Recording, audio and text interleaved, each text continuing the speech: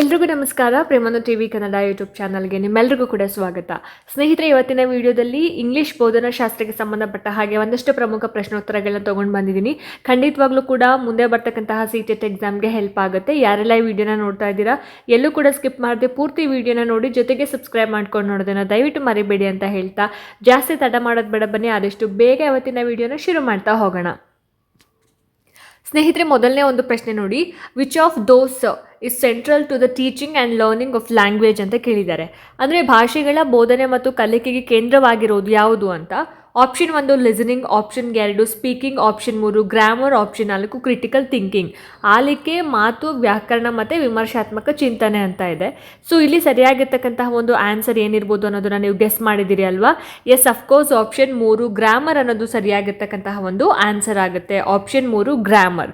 So ಭಾಷೆಯ ಸರಿಯಾದ ಒಂದು ಬಳಕೆಗೆ ವ್ಯಾಕರಣನೇ ಮೂಲ ಆಗಿರೋದ್ರಿಂದ ಇಲ್ಲಿ ನಾವು ಆಯ್ಕೆ 3 ಸರಿಯಾಗಿರ್ತಕ್ಕಂತಹ ಆನ್ಸರ್ ಅಂತ ಹೇಳಿ ಕನ್ಸಿಡರ್ ಮಾಡಬೇಕಾಗತ್ತೆ. ಆ್ಯಂಡ್ ನೆಕ್ಸ್ಟ್ ಎರಡನೇ ಪ್ರಶ್ನೆ, learners find it difficult to apply rules of grammar automatically in listening, speaking, reading and writing because of dash. ವಿದ್ಯಾರ್ಥಿಗಳು ಕೇಳುವಿಕೆ, ಮಾತು, ಓದು ಮತ್ತು ಬರವಣಿಗೆಯಲ್ಲಿ ವ್ಯಾಕರಣ ನಿಯಮಗಳನ್ನು ಸ್ವಯಂಚಾಲಿತವಾಗಿ ಬಳಸೋದಕ್ಕೆ ಕಷ್ಟ ಆಗೋದು ಯಾಕೆ ಅಂತ. Option 1 lack of declarative knowledge, ಅಂದರೆ ಘೋಷಣಾತ್ಮಕ ಜ್ಞಾನದ ಕೊರತೆ. Option 2 lack of procedural knowledge, ಕಾರ್ಯಾತ್ಮಕ ಜ್ಞಾನ ಕೊರತೆ. So option 3 disconnection between declarative and procedural knowledge ಅಂತ ಇದೆ. ಅಂದರೆ ಘೋಷಣಾತ್ಮಕ ಮತ್ತು ಕಾರ್ಯಾತ್ಮಕ ಜ್ಞಾನಗಳ ನಡುವಿನ ಸಂಪರ್ಕದ ಒಂದು ಕೊರತೆ. Option 4 none of the above ಅಂತ ಇದೆ. ಸೊ ಇಲ್ಲಿ ಸರಿಯಾಗಿರ್ತಕ್ಕಂತಹ ಒಂದು ಆನ್ಸರ್ ಈ ಒಂದು ಪ್ರಶ್ನೆಗೆ ಆಪ್ಷನ್ 3 ಸರಿಯಾದ ಉತ್ತರ ಅಂತ ಹೇಳ್ಬೋದು. ಘೋಷಣಾತ್ಮಕ ಮತ್ತು ಕಾರ್ಯಾತ್ಮಕ ಜ್ಞಾನಗಳ ನಡುವಿನ ಒಂದು ಸಂಪರ್ಕದ ಕೊರತೆ. ಸೊ ನಿಯಮ ಗೊತ್ತಿದ್ರೂ ಕೂಡ ಅದನ್ನ ಬಳಕೆ ಮಾಡುವಂತಹ ಒಂದು ಅಭ್ಯಾಸ ಇಲ್ಲದೆ ಇರೋವಂಥದ್ದು. ಹಾಗಾಗಿ ಆಪ್ಷನ್ 3 ಸರಿಯಾಗಿರುವಂತಹ ಒಂದು ಆನ್ಸರ್ ಆಗುತ್ತೆ. ಆ್ಯಂಡ್ ನೆಕ್ಸ್ಟ್ ಎರಡನೇ ಪ್ರಶ್ನೆ, ಇನ್ teaching grammar the teacher should not focus on error correction because dash ಅಂತ. ಅಂದರೆ ವ್ಯಾಕರಣ ಬೋಧನೆಯಲ್ಲಿ ಶಿಕ್ಷಕರು ತಪ್ಪು ಸರಿಪಡಿಸೋದಕ್ಕೆ ಹೆಚ್ಚಿನ ಒತ್ತಡವನ್ನು ಕೊಡಬಾರ್ದು. ಯಾಕೆ? ಆಗಿರೋಂತಹ ತಪ್ಪನ್ನು ಅದನ್ನ ಕರೆಕ್ಟ್ ಮಾಡೋದಕ್ಕೆ ಜಾಸ್ತಿ ಪ್ರಿಫರೆನ್ಸ್ ಕೊಡಬಾರ್ದು, ಏನಕ್ಕೆ ಅಂತ ಅನ್ನೋ ಥರ question. Option 1 it helps in developing communication skills, ಸಂವಹನ ಕೌಶಲ್ಯ ವೃದ್ಧಿ ಮಾಡುತ್ತೆ ಅಂತ. Option 2 it helps in building confidence among learners, ವಿದ್ಯಾರ್ಥಿಗಳ ಆತ್ಮವಿಶ್ವಾಸವನ್ನು ಹೆಚ್ಚು ಮಾಡುತ್ತೆ. Option 3 both 1 and 2. Option 4 none of the above ಅಂತ ಇದೆ. ಸೊ ಇಲ್ಲಿ ಸರಿಯಾದ ಒಂದು ಆನ್ಸರ್ ಮೂರನೇ ಒಂದು ಪ್ರಶ್ನೆಗೆ ಆಪ್ಷನ್ 3 ಬೋತ್ 1 and 2. ಸೊ 1 ಮತ್ತು 2 ಕೂಡ ಕರೆಕ್ಟ್ ಅಂತ. ಸಂವಹನ ಕೌಶಲ್ಯ ವೃದ್ಧಿ ಆಗುತ್ತೆ, ಜೊತೆಗೆ ವಿದ್ಯಾರ್ಥಿಗಳ ಆತ್ಮವಿಶ್ವಾಸ ಹೆಚ್ಚುತ್ತೆ ಅಂತ. ಸೊ ಅತಿಯಾದ ತಿದ್ದುವಿಕೆ ಏನಾಗುತ್ತೆ, ವಿದ್ಯಾರ್ಥಿಯನ್ನು ಎಲ್ಲೋ ಒಂದು ಕಡೆ ಹಿಂಜರಿಸುತ್ತೆ. ಸೊ ಕಾನ್ಫಿಡೆನ್ಸ್ನ ಲೋ ಮಾಡ್ಬೋದು. ಸೊ ಹಾಗಾಗಿ ಆಪ್ಷನ್ 3 ಸರಿಯಾಗಿರ್ತಕ್ಕಂಥ ಒಂದು ಆನ್ಸರ್ ಅಂತ ಹೇಳ್ಬೋದು. ನೆಕ್ಸ್ಟ್ ಮುಂದಿನ ಪ್ರಶ್ನೆ, a disadvantage of informal method in teaching grammar is dash. ವ್ಯಾಕರಣ ಬೋಧನೆಯಲ್ಲಿ ಅನೌಪಚಾರಿಕ ವಿಧಾನದ ಒಂದು ದೋಷ ಯಾವುದು ಅಂತ. ಆಪ್ಷನ್ 1 ಇಟ್ ಈಸ್ ಮೊನೋಟೋನಸ್, ಅದು ನಿರಸನಕಾರಿಯಾಗಿದೆ. Option 2 it teaches grammar incidentally, ಆಕಸ್ಮಿಕವಾಗಿ ವ್ಯಾಕರಣವನ್ನು ಕಲಿಸುತ್ತೆ. Option 3 it helps in rote memorisation, ಅಂದರೆ ಕಂಠಪಾಠವನ್ನು ಮಾಡೋದಕ್ಕೆ ಉತ್ತೇಜನ ಮಾಡುತ್ತೆ. Option 4 grammar is not taught systematically, ವ್ಯಾಕರಣವನ್ನು ಕ್ರಮಬದ್ಧವಾಗಿ ಕಲಿಸೋದಕ್ಕೆ ಆಗಲ್ಲ ಅಂತ. ಸೊ ಇಲ್ಲಿ ಸರಿಯಾಗಿರ್ತಕ್ಕಂತಹ ಒಂದು ಉತ್ತರ ಈ ಒಂದು ಪ್ರಶ್ನೆಗೆ option 4 grammar is not taught systematically ಅಂತ. ಸೊ ವ್ಯವಸ್ಥಿತ ರಚನೆ ಇಲ್ಲ, ಸೊ ಹಾಗಾಗಿ ವ್ಯಾಕರಣವನ್ನು ಕ್ರಮಬದ್ಧವಾಗಿ ಕಲಿಸೋದಕ್ಕೆ ಆಗಲ್ಲ ಅನ್ನೋದು ಸರಿಯಾದ ಉತ್ತರ ಆಗಿರುತ್ತೆ. ಆ್ಯಂಡ್ ಐದನೇ ಒಂದು ಪ್ರಶ್ನೆ ನೋಡಿ, a teacher gives many sentences and ask her students to arrange them into a letter using appropriate connectors.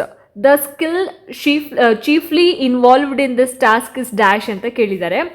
ಅಂದರೆ ಶಿಕ್ಷಕಿ ಹಲವು ವಾಕ್ಯಗಳನ್ನು ಕೊಟ್ಟು ಅವುಗಳನ್ನ ಸರಿಯಾದ ಸಂಪರ್ಕ ಪದಗಳಿಂದ ಪತ್ರವಾಗಿ ಜೋಡಿಸೋದಕ್ಕೆ ಹೇಳಿದ್ರೆ ಮುಖ್ಯವಾಗಿ ಯಾವ ಕೌಶಲ್ಯ ಇಲ್ಲಿ ಬಳಕೆ ಆಗುತ್ತೆ ಅಂತ ಪ್ರಶ್ನೆ ಕೇಳಿದ್ದಾರೆ. Option 1 collecting information, option 2 expanding notes, option 3 organising, option 4 rewriting ಅಂತ ಇದೆ. ಅಂದರೆ ಮಾಹಿತಿಯನ್ನು ಸಂಗ್ರಹ ಮಾಡೋದು, ಎರಡನೇದು ಟಿಪ್ಪಣಿಗಳನ್ನು ವಿಸ್ತರಿಸೋದು, ಆಪ್ಷನ್ 3 ವ್ಯವಸ್ಥಿತಗೊಳಿಸೋದು, ಆಪ್ಷನ್ 4 ಪುನಃ ಬರೆಯೋದು ಅಂತ. ಸೊ ಇಲ್ಲಿ ಸರಿಯಾದ ಒಂದು ಉತ್ತರ ಆಪ್ಷನ್ 3 ಆರ್ಗನೈಸಿಂಗ್ ಅಥವಾ ವ್ಯವಸ್ಥಿತಗೊಳಿಸೋದು ಅಂತ. ಆಲೋಚನೆಗಳನ್ನು ಸರಿಯಾದ ಕ್ರಮದಲ್ಲಿ ಜೋಡಿಸೋದು ಅನ್ನೋದು ಸರಿಯಾಗಿರ್ತಕ್ಕಂತಹ ಒಂದು ಆನ್ಸರ್ ಆಗಿರುತ್ತೆ ಈ ಒಂದು ಪ್ರಶ್ನೆಗೆ.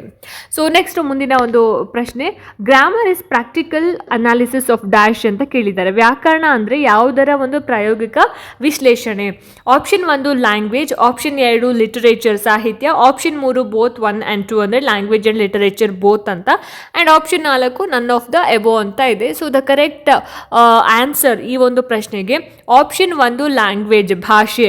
ಸೊ ವ್ಯಾಕರಣ ಭಾಷೆಯ ರಚನೆಯ ಒಂದು ಅಧ್ಯಯನ ಆಗಿರುತ್ತೆ. ಸೊ ಹಾಗಾಗಿ ಆಪ್ಷನ್ 1 ಲ್ಯಾಂಗ್ವೇಜ್ ಅಥವಾ ಭಾಷೆ ಅನ್ನೋದು ಸರಿಯಾಗಿರ್ತಕ್ಕಂತಹ ಒಂದು ಆನ್ಸರ್ ಅಂತ ಹೇಳ್ಬೋದು. ನೆಕ್ಸ್ಟ್ 7ನೇ ಪ್ರಶ್ನೆ, one of the objectives of teaching English grammar refers to dash. English ವ್ಯಾಕರಣ ಬೋಧನೆಯ ಒಂದು ಉದ್ದೇಶ ಯಾವುದು ಅನ್ನೋದು. Option 1 to increase our power of memorising, ಸ್ಮರಣ ಶಕ್ತಿಯನ್ನು ಹೆಚ್ಚಿಸುತ್ತೆ.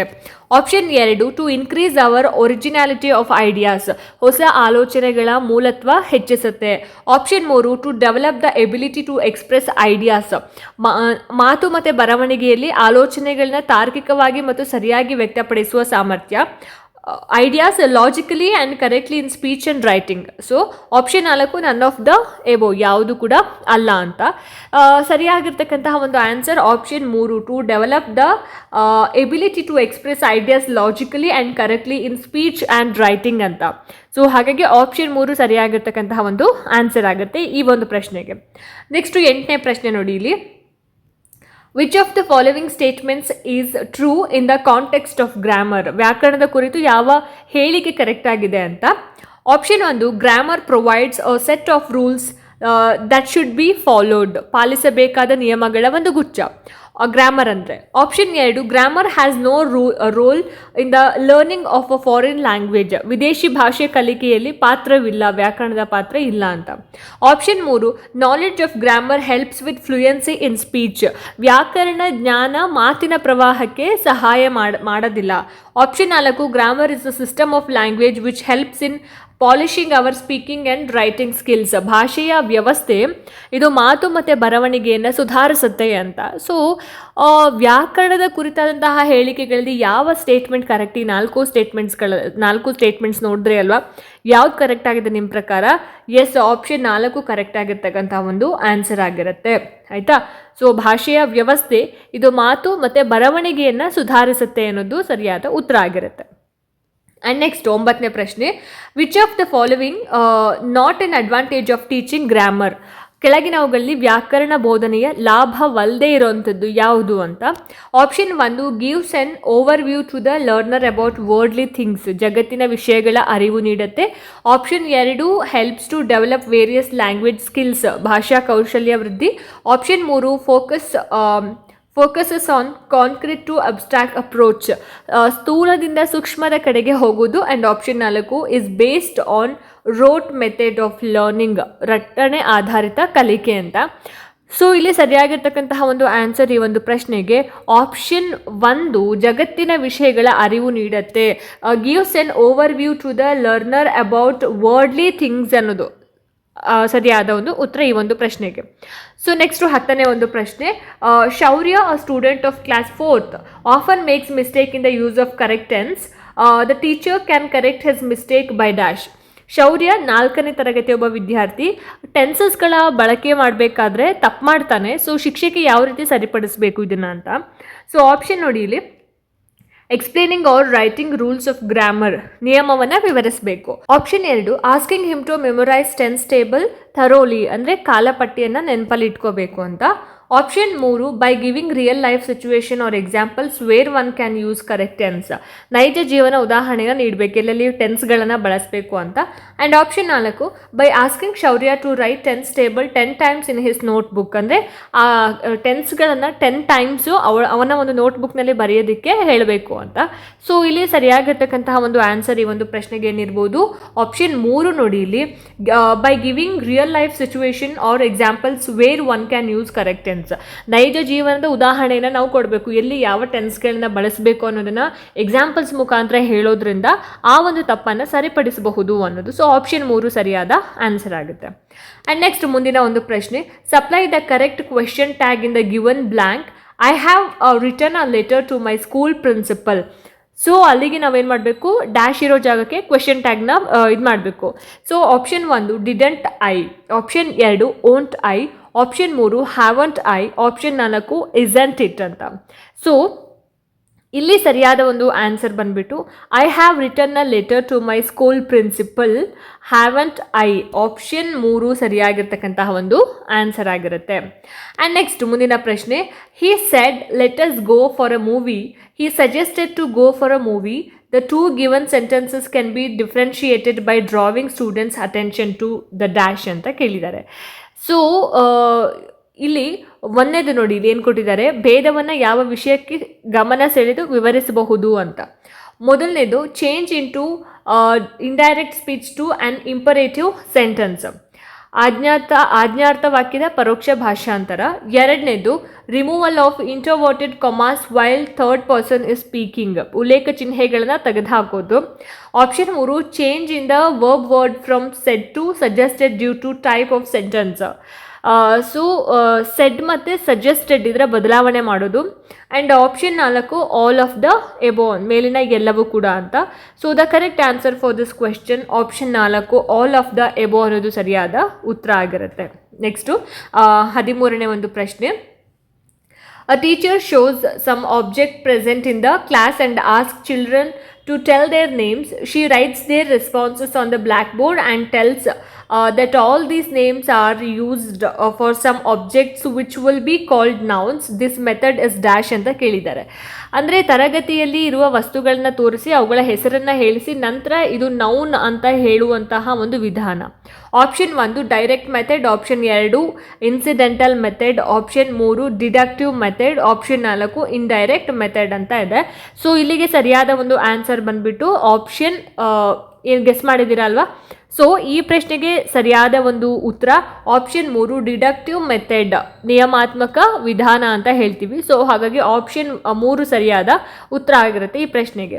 ನೆಕ್ಸ್ಟು 14ನೇ ಪ್ರಶ್ನೆ, the goal of grammar instruction is to enable students to carry out their communication purpose. This goal has 3 implications. Which one of the following is not one of them ಅಂತ ಇದೆ. ವ್ಯಾಕರಣ ಬೋಧನೆಯ ಗುರಿಯ ಬಗ್ಗೆ ಯಾವುದು ತಪ್ಪಾಗಿರ್ತಕ್ಕಂತಹ ಒಂದು ಸ್ಟೇಟ್ಮೆಂಟ್ ಅಂತ. ಮೊದಲನೇದು ನೋಡಿ, ಇಲ್ಲಿ students need overt instruction that connects grammar points with larger communications context, ಸಂವಹನದೊಂದಿಗೆ ವ್ಯಾಕರಣವನ್ನು ಜೋಡಿಸ್ಬೇಕು ಅಂತ. ಆ್ಯಂಡ್ ಎರಡನೇದು student should learn by heart every aspect of grammar rule, ಎಲ್ಲ ನಿಯಮಗಳನ್ನು ಕಂಠಪಾಠ ಮಾಡಬೇಕು. Option 3 error correction is not always the instructor first responsibility, ತಪ್ಪು ತಿದ್ದುವುದು ಮೊದಲ ಆದ್ಯತೆ ಅಲ್ಲ. And fourth one student should master only those aspects that are relevant to the immediate communication task, ಅಗತ್ಯವಿರುವ ಅಂಶಗಳ ಮೇಲೆ ಮಾತ್ರ ಪಟ್ಟು ಅಂತ. ಸೊ ಇಲ್ಲಿ 14ನೇ ಒಂದು ಪ್ರಶ್ನೆಗೆ ಸರಿಯಾಗಿರ್ತಕ್ಕಂತಹ ಒಂದು ಉತ್ತರ ಏನಿರ್ಬೋದು ಹಾಗಾದರೆ? ಎಸ್, ಆಪ್ಷನ್ 2 ಎಲ್ಲ ನಿಯಮಗಳನ್ನು ಕಂಠಪಾಠ ಮಾಡಬೇಕು. Student should learn by heart every aspect of grammar rule ಅನ್ನೋದು ಸರಿಯಾಗಿರ್ತಕ್ಕಂತಹ ಒಂದು ಆನ್ಸರ್ ಆಗುತ್ತೆ. ಆ್ಯಂಡ್ ನೆಕ್ಸ್ಟ್ ಮುಂದಿನ ಒಂದು ಪ್ರಶ್ನೆ 15ನೇ ಪ್ರಶ್ನೆ, complete sentence by using correct option according to a few experts. The students who study grammar are very often able to solve grammar exercises dash ಅಂತ ಇದೆ. ಅಂದರೆ ವ್ಯಾಕರಣ ಕಲಿತ ವಿದ್ಯಾರ್ಥಿಗಳು ಸಾಮಾನ್ಯವಾಗಿ ಡ್ಯಾಶ್ ಅಂತ ಇದೆ. Option 1 but do not write correct speech, ಸರಿಯಾಗಿ ಮಾತಾಡಲ್ಲ. Option 2 but they often make spelling mistakes, ಸ್ಪೆಲ್ಲಿಂಗಲ್ಲಿ ತಪ್ಪು ಮಾಡ್ತಾರೆ. Option 3 and write good speech, ವ್ಯಾಕರಣ ಅಭ್ಯಾಸಗಳನ್ನು ಬಗೆಹರಿಸ್ತಾರೆ ಮತ್ತು ಚೆನ್ನಾಗಿ ಮಾತಾಡ್ತಾರೆ. Option 4 but they are unable to teach grammar, ವ್ಯಾಕರಣ ಕಲಿಸೋದಕ್ಕೆ ಆಗಲ್ಲ ಅಂತ. ಸೊ ಇಲ್ಲಿ ಈ ಪ್ರಶ್ನೆಗೆ ಸರಿಯಾದಂತಹ ಒಂದು ಆನ್ಸರ್ ಏನಪ್ಪ ಅಂತ ಹೇಳಿದ್ರೆ ಆಪ್ಷನ್ 3 ಸರಿಯಾಗಿರ್ತಕ್ಕಂತಹ ಒಂದು ಆನ್ಸರ್ ಆಗುತ್ತೆ. ವ್ಯಾಕರಣ ಅಭ್ಯಾಸಗಳನ್ನು ಬಗೆಹರಿಸ್ತಾರೆ ಮತ್ತು ಚೆನ್ನಾಗಿ ಮಾತಾಡ್ತಾರೆ. ಸೊ ಗ್ರಾಮರನ್ನು ಕಲಿತಂತಹ ವಿದ್ಯಾರ್ಥಿಗಳು ಸಾಮಾನ್ಯವಾಗಿ ಈ ಎರಡನ್ನು ಮಾಡ್ತಾರೆ. ಹಾಗಾಗಿ ಆಪ್ಷನ್ 3 ಸರಿಯಾಗಿರ್ತಕ್ಕಂತಹ ಉತ್ತರ ಅಂತ ಹೇಳ್ಬೋದು. ಆ್ಯಂಡ್ ನೆಕ್ಸ್ಟು ಮುಂದಿನ ಪ್ರಶ್ನೆ, an example of linking adverbial is dash ಅಂತ ಕೇಳಿದ್ದಾರೆ. ಅಂದರೆ ಲಿಂಕಿಂಗ್ ಅಡ್ವರ್ಬಿಯಲ್ಗೆ ಉದಾಹರಣೆ ಏನು? Option 1 your, option 2 the, option 3 so, option 4 these ಅಂತ ಇದೆ. ಸೊ ಸರಿಯಾಗಿರ್ತಕ್ಕಂತಹ ಉತ್ತರ ಏನಿರ್ಬೋದು ಹಾಗಾದರೆ ಈ ಒಂದು ಪ್ರಶ್ನೆಗೆ? ಸೊ ಲಿಂಕಿಂಗ್ ಅಡ್ವರ್ಬಿಯಲ್ ಅಂತ ಬಂದಾಗ ಇಲ್ಲಿ ಸೋ ಅನ್ನೋದು ಸರಿಯಾದ ಆನ್ಸರ್ ಆಗುತ್ತೆ. ಇದು ಒಂದು ಪದ ಮತ್ತು ಇನ್ನೊಂದು ಪದಕ್ಕೆ ಲಿಂಕ್ ಮಾಡೋದ್ರಿಂದ ಇದನ್ನು ನಾವು ಲಿಂಕಿಂಗ್ ಅಡ್ವರ್ಬಿಯಲ್ ಅಂತ ಹೇಳಿ ಕರಿತೀವಿ. ಹಾಗಾಗಿ ಆಪ್ಷನ್ 3 ಸೋ ಅನ್ನೋದು ಸರಿಯಾದ ಉತ್ತರ ಆಗಿರುತ್ತೆ. ನೆಕ್ಸ್ಟ್ 17ನೇ ಪ್ರಶ್ನೆ, which of the following are a few features of a particular method of teaching grammar? ವಿದ್ಯಾರ್ಥಿ ನಿಷ್ಕ್ರಿಯ ಮಕ್ಕಳ ಕೇಂದ್ರಿತವಲ್ಲ, ಸರಾಸರಿ ಶಿಕ್ಷಕರು ಬಳಸಬಹುದಾದ ವಿಧಾನ ಯಾವುದು? Option 1, the learner became inactive during class room teaching, ಅಂದರೆ ಡಿಡಕ್ಟಿವ್ ನಿಯಮಾತ್ಮಕ. Option 2, this method is not child centred. Option 3, average teacher can use this method in country like India. Option country like India, which method we are talking about ಅಂತ ಕೇಳಿದ್ದಾರೆ. So ನೋಡಿ ಇಲ್ಲಿ deductive method, option 2 inductive method, option 3 inductive deductive, option 4 direct method ಅಂತ. So ವಿದ್ಯಾರ್ಥಿ ನಿಷ್ಕ್ರಿಯ ಮಕ್ಕಳ ಕೇಂದ್ರಿತವಲ್ಲ, ಸರಾಸರಿ ಶಿಕ್ಷಕರು ಬಳಸಬಹುದಾದಂತಹ ಒಂದು ವಿಧಾನ ಅಂತ ಬಂದಾಗ ಸರಿಯಾಗಿರ್ತಕ್ಕಂತಹ ಒಂದು ಆನ್ಸರ್ ಆಪ್ಷನ್ 2 ಇಂಡಕ್ಟಿವ್, ಅನುಮಾನಾತ್ಮಕ. ಸೊ ಆಪ್ಷನ್ 2 ಇಂಡಕ್ಟಿವ್ ಮೆಥಡ್ ಅನ್ನೋದು ಸರಿಯಾಗಿರ್ತಕ್ಕಂತಹ ಒಂದು ಆನ್ಸರ್ ಆಗಿರುತ್ತೆ. ಸೊ ಹಾಗಾಗಿ ಈ ಪ್ರಶ್ನೆಗೆ ಉತ್ತರ 2 ಅಂತ ಹೇಳ್ಬೋದು. ಓಕೆ, ನೆಕ್ಸ್ಟ್ ಮುಂದಿನ ಒಂದು ಪ್ರಶ್ನೆ 18ನೇ ಪ್ರಶ್ನೆ, which of the following is actually merit of teaching grammar ಅಂತ ಕೇಳಿದ್ದಾರೆ. ಇದರ ಕನ್ನಡ ಅರ್ಥ, ವ್ಯಾಕರಣ ಬೋಧನೆ ನಿಜವಾದ ಲಾಭ ಯಾವುದು ಅಂತ. Option 1, helps in speaking fluently, ಅಂದರೆ ಫ್ಲೂಯೆಂಟ್ ಆಗಿ ಮಾತಾಡೋಕ್ಕೆ ಸಹಾಯ ಮಾಡುತ್ತೆ. Option 2, emphasises only records of a language, ಕೇವಲ ದಾಖಲೆಗಳ ಮೇಲೆ ಒತ್ತಡ. Option 3, helps in the development of language skills, ಭಾಷಾ ಕೌಶಲ್ಯಗಳ ಅಭಿವೃದ್ಧಿ. ಆಪ್ಷನ್ 4, ರಿಕ್ವೈರ್ಸ್ ಪ್ರಾಕ್ಟೀಸ್, ಅಂದರೆ ಅಭ್ಯಾಸ ಮಾಡಬೇಕಾಗುತ್ತೆ ಅಂತ. ಸೊ ಸರಿಯಾಗಿರ್ತಕ್ಕಂತಹ ಉತ್ತರ ಏನಿರ್ಬೋದು ಹಾಗಾದರೆ ಈ ಪ್ರಶ್ನೆಗೆ? Yes, option 3, helps in the development of language skills ಅನ್ನೋದು ಆನ್ಸರ್ ಆಗುತ್ತೆ. ಭಾಷಾ ಕೌಶಲ್ಯಗಳ ಒಂದು ಅಭಿವೃದ್ಧಿ ಆಗುತ್ತೆ ಅನ್ನೋದು. So option 3. ಓಕೆ, ನೆಕ್ಸ್ಟ್ ಮುಂದಿನ ಒಂದು ಪ್ರಶ್ನೆ ನೋಡಿ ಇಲ್ಲಿ 19ನೇ ಪ್ರಶ್ನೆ ಇರುತ್ತಿದೆ. When a test item expects the learners to use tense forms, voice, connectors, preposition and articles accurately, such approach can be called dash. ಕಾಲ, ವಾಚ್ಯ, ಸಂಪರ್ಕ ಪದ, ಪೂರ್ವ ಪ್ರತ್ಯಯಗಳನ್ನು ಒಟ್ಟಾಗಿ ಬಳಸುವಂತಹ ಒಂದು ಪರೀಕ್ಷೆ ಯಾವುದು? Option 1, improper grammar testing. Option 2, integrated grammar testing. Option 3, direct grammar testing. Option 4, mixed grammar task ಅಂತ ಇದೆ. ಸೊ ಸರಿಯಾದ ಉತ್ತರ ಏನಿರ್ಬೋದು ಹಾಗಾದರೆ ಈ ಒಂದು ಪ್ರಶ್ನೆಗೆ? ಆಪ್ಷನ್ 2, ಇಂಟಿಗ್ರೇಟೆಡ್ ಗ್ರಾಮರ್ ಟೆಸ್ಟಿಂಗ್, ಏಕೀಕೃತ ವ್ಯಾಕರಣ ಪರೀಕ್ಷೆ ಅನ್ನೋದು. ಸೊ ಹಾಗಾಗಿ ಇದೆಲ್ಲವನ್ನು ಒಟ್ಟಾಗಿ ಬಳಸುವಂತಹ ಒಂದು ಪರೀಕ್ಷೆಯನ್ನು ನಾವು ಇಂಟಿಗ್ರೇಟೆಡ್ ಗ್ರಾಮರ್ ಟೆಸ್ಟಿಂಗ್ ಅಂತ ಹೇಳಿ ಕರಿತೀವಿ. ಆಪ್ಷನ್ 2. ನೆಕ್ಸ್ಟು 20ನೇ ಒಂದು ಪ್ರಶ್ನೆ, which of the following statement is false when the context of grammar? ವ್ಯಾಕರಣದ ಕುರಿತು ತಪ್ಪಾದ ಹೇಳಿಕೆ ಯಾವುದು? Option 1, descriptive grammar emphasises rules, ವರ್ಣನಾತ್ಮಕ ವ್ಯಾಕರಣ ನಿಯಮಗಳಿಗೆ ಒತ್ತಡ ನೀಡುತ್ತೆ. ಎರಡನೇದು, prescriptive grammar is useful for the study of classical languages, ನಿಯಮಾತ್ಮಕ ವ್ಯಾಕರಣ ಪಾರಂಪರಿಕ ಭಾಷೆಗಳಿಗೆ ಉಪಯುಕ್ತ. ಮೂರನೇದು, inductive method is based on psychological principles, ಅನುಮಾನಾತ್ಮಕ ವಿಧಾನ ಮನೋವೈಜ್ಞಾನಿಕ. ಆಪ್ಷನ್ 4, ತತ್ವಗಳು ಅಂತ. Option 4, traditional method of teaching grammar emphasises ಕ್ರೇಮಿಂಗ್ R wrote learning ಅಂತ ಇದೆ. ಅಂದರೆ ಪಾರಂಪರಿಕ ವಿಧಾನ ಕಂಠಪಾಠ ಆಧಾರಿತ ಅಂತ. ಸೊ ಇಲ್ಲಿ ಸರಿಯಾದಂತಹ ಒಂದು ಆನ್ಸರ್ ಈ ಒಂದು ಪ್ರಶ್ನೆಗೆ ಏನಿರ್ಬೋದು ಹಾಗಾದರೆ? ಗೆಸ್ ಮಾಡಿದ್ರಿ ಅಲ್ವಾ? Yes, option 1, descriptive grammar emphasises rules, ವರ್ಣನಾತ್ಮಕ ವ್ಯಾಕರಣ ನಿಯಮಗಳಿಗೆ ಒತ್ತಡ ನೀಡುತ್ತೆ ಅನ್ನೋದು ಸರಿಯಾಗಿರ್ತಕ್ಕಂತಹ ಒಂದು ಆನ್ಸರ್ ಆಗುತ್ತೆ. ಆ್ಯಂಡ್ ನೆಕ್ಸ್ಟ್ 21ನೇ ಒಂದು ಪ್ರಶ್ನೆ, dash grammar has replaced dash grammar, ಯಾವ ವ್ಯಾಕರಣವು ಯಾವ ವ್ಯಾಕರಣವನ್ನು ಬದಲಿಸಿದೆ? Option 1, structural formal. Option 2, formal functional. Option 3, functional structural. Option 4, functional formal ಅಂತ ಇದೆ.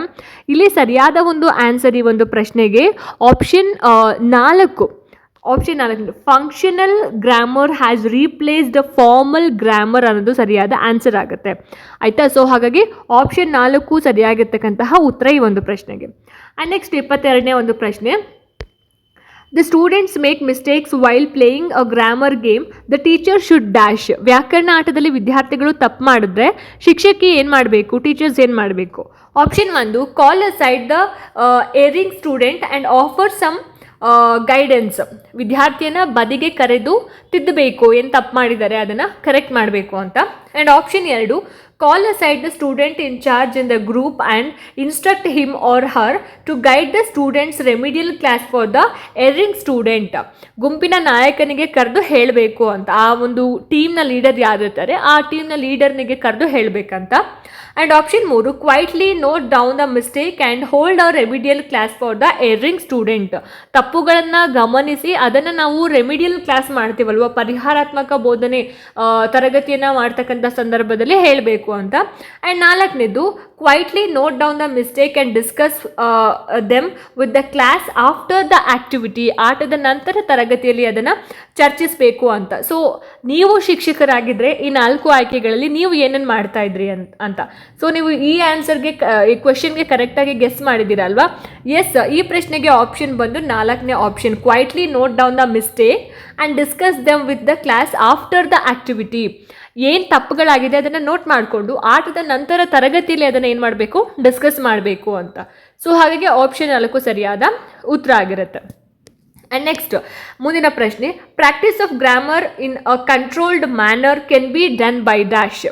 ನಿಯಂತ್ರಿತ ರೀತಿಯಲ್ಲಿ ವ್ಯಾಕರಣ ಅಭ್ಯಾಸ ಅಂದರೆ ಏನು ಅಂತ. Option 1, correcting wrong sentences produced by learners. ತಪ್ಪು ವಾಕ್ಯ ತಿದ್ದೋದು. Option 2, gap filling grammar exercise. ಖಾಲಿ ಜಾಗ ತುಂಬಿಸುವ ಅಭ್ಯಾಸ. Option 3, writing paragraphs and essays. ಪ್ರಬಂಧ ಬರವಣಿಗೆ. Option 4, explaining the use of particular structures. ರಚನೆಯನ್ನು ವಿವರಿಸುವುದು. ಸೊ ಇಲ್ಲಿ ಸರಿಯಾದಂತಹ ಆನ್ಸರ್ ಏನಿರ್ಬೋದು ಹಾಗಾದರೆ? Yes, option 2, gap filling grammar exercises. ಖಾಲಿ ಬಿಟ್ಟ ಸ್ಥಳವನ್ನು ತುಂಬಿಸಿ ಅಥವಾ ಖಾಲಿ ಜಾಗ ತುಂಬಿಸುವಂತಹ ಒಂದು ಅಭ್ಯಾಸ. ಸೊ ಆಪ್ಷನ್ 2 ಸರಿಯಾಗಿರ್ತಕ್ಕಂತಹ ಒಂದು ಆನ್ಸರ್ ಆಗುತ್ತೆ. ನೆಕ್ಸ್ಟು 24ನೇ ಒಂದು ಪ್ರಶ್ನೆ, a child studying in class second says I writed the letter. It indicates that the child is dash. I writed the letter ಅಂತಂದರೆ ಏನು ಅಂತ ಹೇಳಿ ಕೇಳಿದ್ದಾರೆ, ಆಯಿತಾ? So option 1, does not know grammar rules at all. ಅಂದರೆ ವ್ಯಾಕರಣದ ರೂಲ್ಸ್ಗಳು ಗೊತ್ತಿಲ್ಲ ಅಂತ. Option 2, should memorise the correct sentence. ಆ ಒಂದು ಸೆಂಟೆನ್ಸನ್ನು ಕರೆಕ್ಟಾಗಿ ನೆನಪಲ್ಲಿ ಇಟ್ಕೋಬೇಕು.